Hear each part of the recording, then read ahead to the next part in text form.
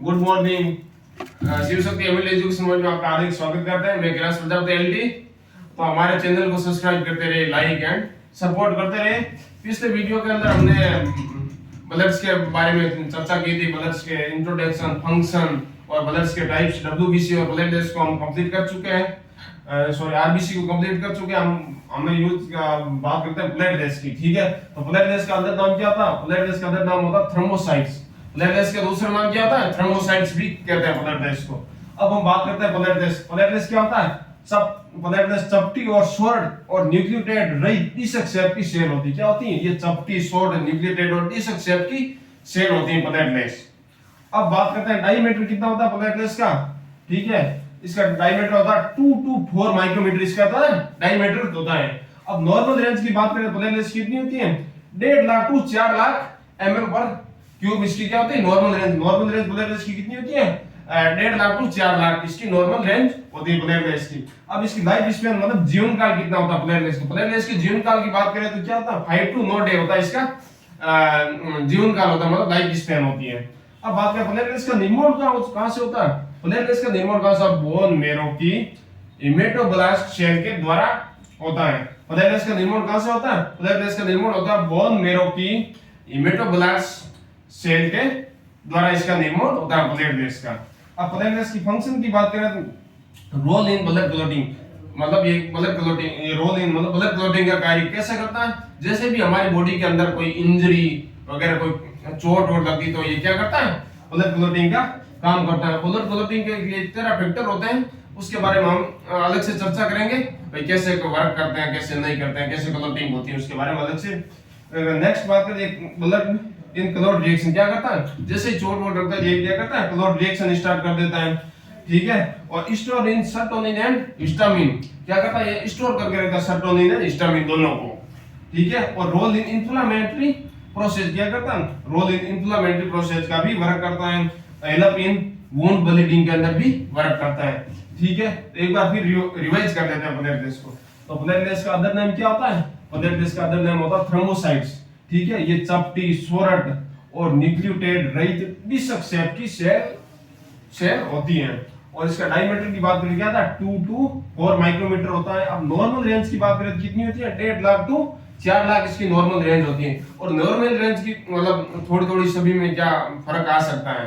ठीक है, क्योंकि सब की थोड़ा थोड़ा डिफरेंस रहता है। अब इसका लाइफ स्पैन है, जीवन काल की बात करके तो 5 to 9 डे होता है। ब्लड टेस्ट का निर्माण कहां से होता है? बोन मेरो की हेमेटोब्लास्ट सेल से निर्माण होता है। फंक्शन की बात करें रोल इन ब्लड क्लॉटिंग, ठीक है, role in clot reaction and store in serotonin and histamine को स्टोर करके रखती है। Role in inflammatory process and help in wound bleeding.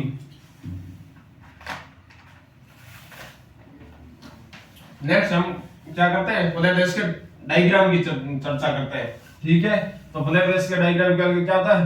इसके अंदर क्या होता है?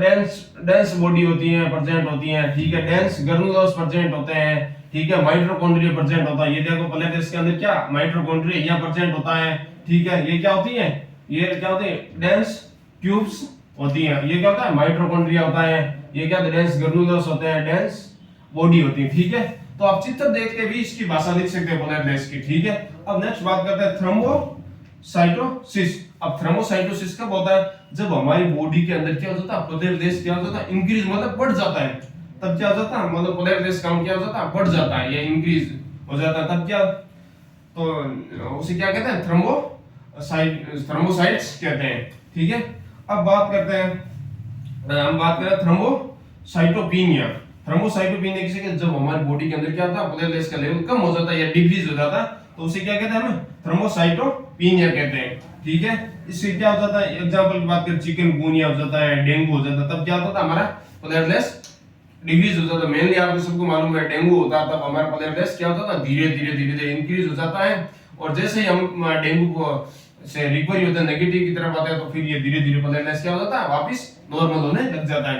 एक बार फिर से वापस रिवाइज कर लेते हैं। चित्र की बात करें तो क्या होता है? इसके अंदर ये होती है, इसकी क्या कहते हैं? इसके अंदर डेंस बॉडी प्रेजेंट होती है। यहाँ देख लो, इसके अंदर क्या होता है? डेंस ग्रैन्युलस प्रेजेंट होते हैं। ठीक है। इसके अंदर क्या होता है, माइटोकॉन्ड्रिया प्रेजेंट होता है, ये यहाँ देख लो माइटोकॉन्ड्रिया प्रेजेंट होता है। और ये होता है, इसमें क्या कहता है, इसको डेंस ट्यूब्स कहता है। मतलब ये जैसे नाम से चित्र को देखते ही क्या मालूम पड़ता है कि क्या ट्यूब के लायक ही है, इसे कहते हैं डेंस ट्यूब्स कहते हैं। ठीक है। अब बात करें इसके थ्रोम्बोसाइटोसिस, इसके अंदर। और थ्रोम्बोसाइट्स कब होता है, जब हमारे प्लेटलेट्स काउंट क्या हो जाता है, इंक्रीज हो जाता है काउंट, तब क्या हो जाता है, थ्रोम्बोसाइटोसिस हो जाता है। ठीक है। मतलब इंक्रीज का मतलब होता है बढ़ना, बढ़ जाता था। अब बात करें थ्रोम्बोसाइटोपिनिया, थ्रोम्बोसाइटोपिनिया का मतलब ये होता है कि हमारी बॉडी के अंदर जब प्लेटलेट्स का लेवल डिक्रीज हो जाता है या कम हो जाता है, तो उसे क्या कहते हैं, थ्रोम्बोसाइटोपिनिया कहते हैं। जैसे इसके एग्जांपल की बात करें, चिकनगुनिया, डेंगू आदि। तो थैंक यू। हम नेक्स्ट वीडियो के अंदर और चर्चा करेंगे हीमोग्लोबिन के अंदर बात करेंगे। फिर एनाटॉमी का एक इंपॉर्टेंट टॉपिक है बोन्स, उसके बारे में हम चर्चा करेंगे। काफी स्टूडेंटों की मांग है कि आप सर बोन्स के बारे में थोड़ी चर्चा करो। तो थैंक यू और मिलते हैं फिर बाद में।